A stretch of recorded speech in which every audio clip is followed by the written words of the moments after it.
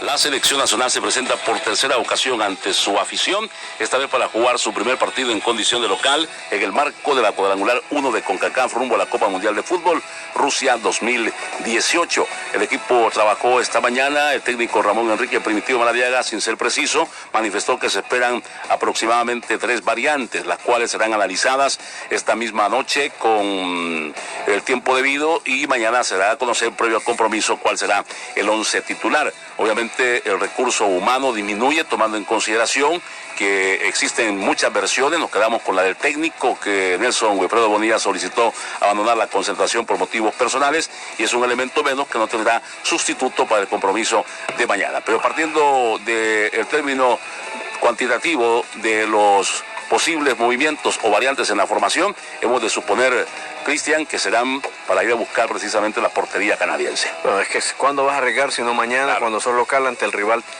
teóricamente más accesible de la cuadrangular? El Salvador debe salir con una postura distinta. En el Azteca, la verdad, no mostramos mayor juego colectivo con la pelota. Algunos chispazos de uno u otro, pero colectivo no hubo. Sobre todo, insisto, en función ofensiva. Si mañana no ganamos, será muy difícil. Mira cómo está costando, cómo le está costando a la federación que la gente reaccione y asista al estadio. Si mañana no se gana, el próximo año olvidémonos los 2 partidos que tendremos como locales, sí, se disputarán casi que estadio vacío, ¿no? Hay un hecho grave y uno no puede dejarlo de lado. Hay gente en las redes sociales, hay gente perversa, malintencionada, dañina, con la campaña de no vayamos al estadio. ¿Y a quién le hacen el daño según ellos? Y le digo, las redes sociales pesan. Hay gente muy responsable que ha contestado. Hay otros que se han unido. Una campaña que digo es perversa ya. No vayamos al estadio, quedémonos en casa. Decir tanta tontera que en las redes sociales está. Una campaña de daño a la imagen de más de una persona de la dirigencia del fútbol.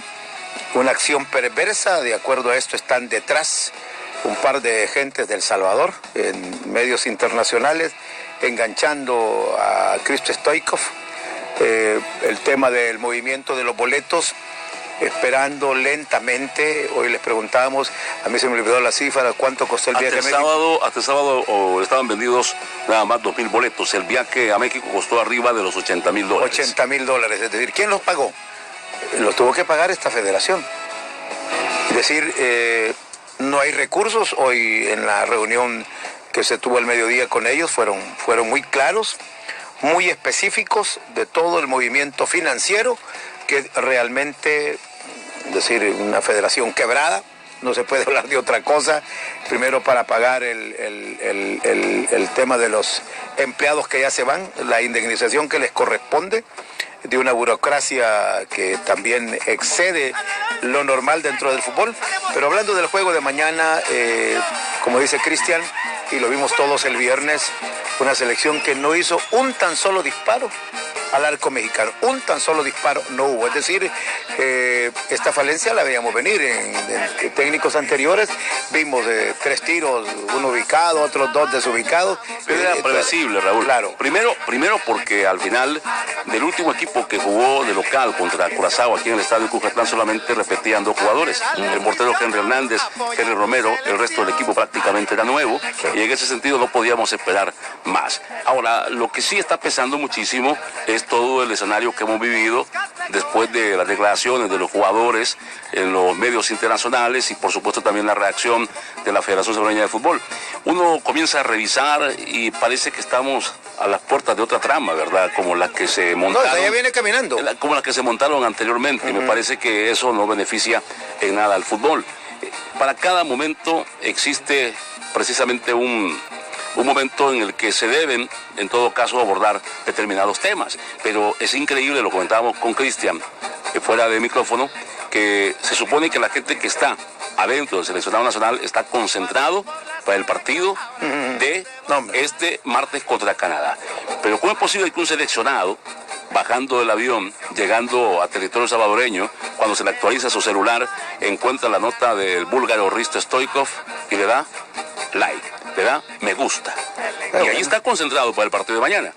Y luego ¿Ya de se fue? repente, no, el que dijo que le dio like. Ah, ya. Y viene de repente otro, viene y le da también me gusta cuando lee la columna, por ejemplo, del colega Carlos Vides, que pide la renuncia de la gente de la Federación Salvadoreña de Fútbol. Son dos ejemplos. Entonces dice uno, ¿y en qué estamos? Está bien aquel que está frustrado, aquel que al final tiene acceso a redes sociales y se puede manifestar porque tiene su derecho.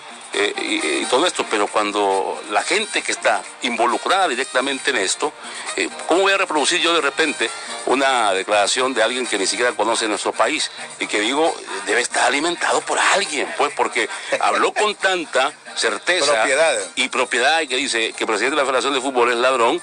No sé si lo conoce o si tiene las pruebas también. No, mire, por un lado. Perdóneme, mire. Yo conversé hoy con Cristo Stoico. Sí. Y le preguntaba, entre otras cosas, cómo, en qué contexto es que él se pronuncia de modo tan apasionado, no solo sobre el tema del presidente de la federación, sino que en general sobre el tema de la selección de El Salvador, porque si algo a mí me llamó la atención fue lo espontáneo, lo contundente, ¿no? Y sobre todo lo apasionado, aunque siempre he sido un hombre así muy apasionado, ¿no? Por eso lo castigaron varias veces. Entonces al final yo lo que entendí fue, él mismo nos lo decía al mediodía, que es que él estaba en el estudio donde pues él da sus opiniones, donde transmiten, y entonces emitieron una nota que no sé si ustedes la vieron, que es un reportaje que se le vino a hacer, creo que fue la gente de Univisión, un reportaje de Narciso Orellana. No, fue gente de ESPN. No, bueno, no sé quién fue, pero hubo un reportaje que le hicieron a Narciso Orellana. Sí, claro, porque, bueno, empezando el año, en el gráfico publicamos un reportaje sobre cómo este muchacho ha sido sacrificado para poder cumplir su sueño futbolístico. Entonces yo lo vi también ese reportaje. A mí me gustó porque sentí... Y que sale la mamá con un vestido celeste, claro, yo sentí que se había retomado lo que nosotros habíamos publicado hace meses, por eso que me gustó. Aparte que el cipote creo que es una historia formidable de superación. Sí, claro. Entonces cuando se emite el reportaje, se interpreta que él había sido castigado, cuando Narciso de hecho no ha sido castigado, ni siquiera se le ha abierto un expediente, ni mucho menos a Narciso, sino que ya no se le toma en cuenta en la convocatoria por razones que se puede esgrimir, son hasta técnicas, ¿verdad? Entonces, Stoico nos decía hoy que él interpretó que ese muchacho, que tiene una historia tan sufrida, había sido castigado. Y entonces de ahí es donde parte un poco la emotividad.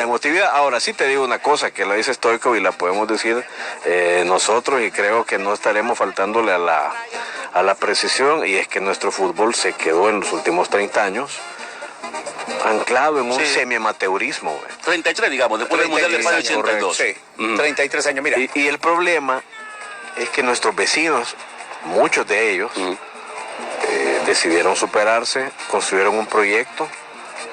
Y a mí lo que me preocupa en nuestro caso es la ausencia de proyecto, precisamente. Claro, no tenemos un rumbo definido, por eso es que avanzaron en nivel, avanzaron en infraestructura. Sí, correcto. Es decir, el futuro del próximo año, 2 años, en términos de inversiones de la empresa privada, de nivel público, otro montón de cosas, dependen de un resultado. Y así nos hemos echado 30 y tantos años. Porque arranca con el resultado el aspecto motivacional. No, es que miren, hay un hecho y uno no lo puede desconocer. Este volado es más emotivo, más afectivo, más sentimental, que más cognoscitivo y que más racional. ¿Y qué más ejemplo, Raúl, que le ponen el pájaro picón y a todo el mundo como que lo sentaran en un hormiguero y comienzan a saltar y a brincar en el estadio? Pues. Carlos, eso somos, además de un problema eminentemente cultural de nuestros muchachos.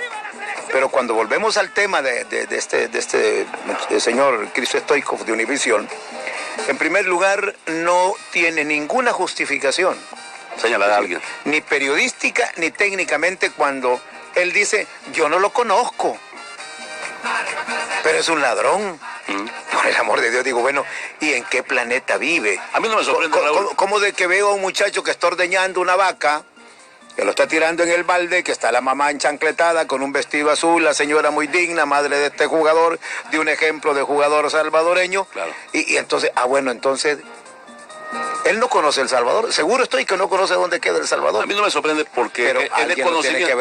Porque es desconocimiento. La gente que por ejemplo, conozca a Kenny Lemos. Kenny Lemos es alguien que produce ladrillos de obra y está con los pies apelmazando justamente el barro. en el Obaco. Milton Molina, es ganadero. Un jugador de Chalatenango en sus tiempos libres, ¿qué hace? Cultiva. Esa es la realidad. Sí. Y al final son ejemplos a tomar en cuenta. Mientras otros andan vagando, andan en los centros comerciales, tuiteando, perdiendo el tiempo, pudiendo estudiar y todo lo demás. Estos son ejemplos. Pero el tema va más allá. Es decir, hay un daño. Y este es consecuencia justamente de lo que se planteó en los medios de comunicación, que insisto, fue muy mal manejado. Es decir, a la acción vino una reacción y muy mal, por cierto, muy mal, porque tampoco un jugador puede decir, oh, es que son ladrones, es que se lo roban, es que yo no voy porque pierdo, esto y lo otro. Todo eso, resumido, hay una estructura. Resumido, ha venido y ha hecho daño, y mucho daño. Como cuando de repente aparece un comentarista y dice, no, ¿y qué hacen la plata? Tengo entendido que en el partido contra Haití recibieron, un ejemplo, $80,000, y a los 15 minutos viene y corrige también la cifra. ¿A quién le preguntó? Al contratista, al que le pagó a la Federación de Fútbol, lo conversó con algún federativo. Es decir, hay tanta irresponsabilidad.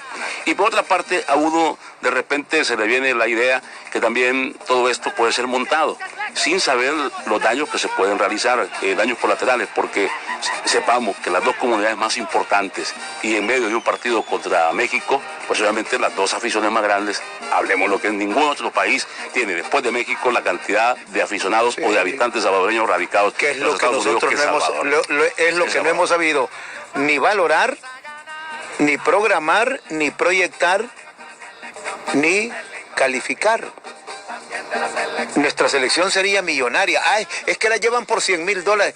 Mire, abran las cosas que escribieron hoy, por ejemplo, la reacción de Carlos al decir, hombre, miren, yo no quise decir eso porque fíjese que, y publica, decir con un daño. No sé, pero... Está en su derecho, Carlito, pero digo una cosa. No, mire, Carlos, perdóneme. No, mire, el equilibrio... ¿De qué están hablando? El tema del equilibrio periodístico, perdóneme, esa es una obligación, es una Biblia para el que hace periodismo. Lo que digo, bueno, pero mira, hay cada momento, a eso me refiero, hay cada momento. ¿Qué hacemos de repente con publicar una opinión a la puerta de un partido que es el más importante? Porque este es el más importante. Sí. Contra México estaba inventariado, quieras o no. Hay muchos que están enojados porque no fueron 10, porque no fueron 7, porque no fueron 5. Pero mire, yo de la afición... Con la tercera, el partido este partido es lo más importante, pero mira, es cierto, hay mucho ruido, hay muchas opiniones de todas son respetables. Yo creo que eso no nos debe desviar del fenómeno principal. Claro. Y es que tenemos un fútbol que desde hace años no tiene un proyecto, que no tiene un rumbo, que se quedó sin liderazgo. Y me parece que hay un método que está agotado, un método que se traduce en la perpetuación de un montón de vicios y de prejuicios que tiene la misma gente del fútbol una respecto de la otra. Si algo quedó claro en esta coyuntura fue la opinión que la mayoría de dirigentes tienen de los futbolistas, que no es buena. Sí. Y la mayoría de opinión que los futbolistas tienen de los dirigentes, que tampoco es buena. ¿De que les pagan? Pero de todo un poco, Raúl. Entonces, con muchos matices.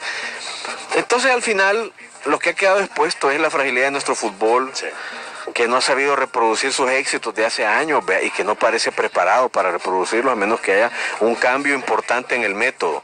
Yo pensé que ese cambio en el método podía ejercerse desde la misma base dirigencial, pero creo que la base dirigencial tiene que ser ampliada y tiene que permitirse el ingreso de nuevas ideas a la dirigencia de nuestro fútbol. Incluso ahora hay que hacer reformas en la Asamblea General. Pero creo que es importante ese debate, ilustrárselo bien al público, porque también hay mucha gente que está diciendo, no, el comité ejecutivo debe renunciar en pleno y tal. Yo respeto esa opinión, pero primero, no es viable a menos que la Asamblea General del Fútbol intervenga. La Asamblea del Fútbol, si ha habido un órgano que ha demostrado cero capacidad de renovación, es ese precisamente. Entonces, no esperemos que de la estructura del fútbol salga precisamente un cambio drástico. Hay que pensar en cosas más viables, menos sensacionalistas y que van a requerir más trabajo de todos. Parece la misma Asamblea Legislativa, es decir, no hay renovación, hay unos que están jubilados ya. Lo que pasa es que hay que meterle el diente legal y hay que metérselo al estilo de los caníbales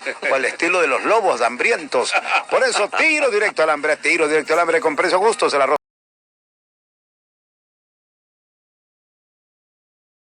En el anterior caso de Rubén Israel, yo le pongo el primer nombre. a Elmer Polanco. Sí, él está detrás de todas estas ¿En cosas. serio? Sí, hombre. Al más flaco se le pegaron la pulga. No, ese es perverso, hombre. ¿En serio, Raúl? Sí, hombre, si yo no le estoy... Cuando yo le digo que saque el paraguas es porque va a llover, ¿verdad? Solo un verdadero fanático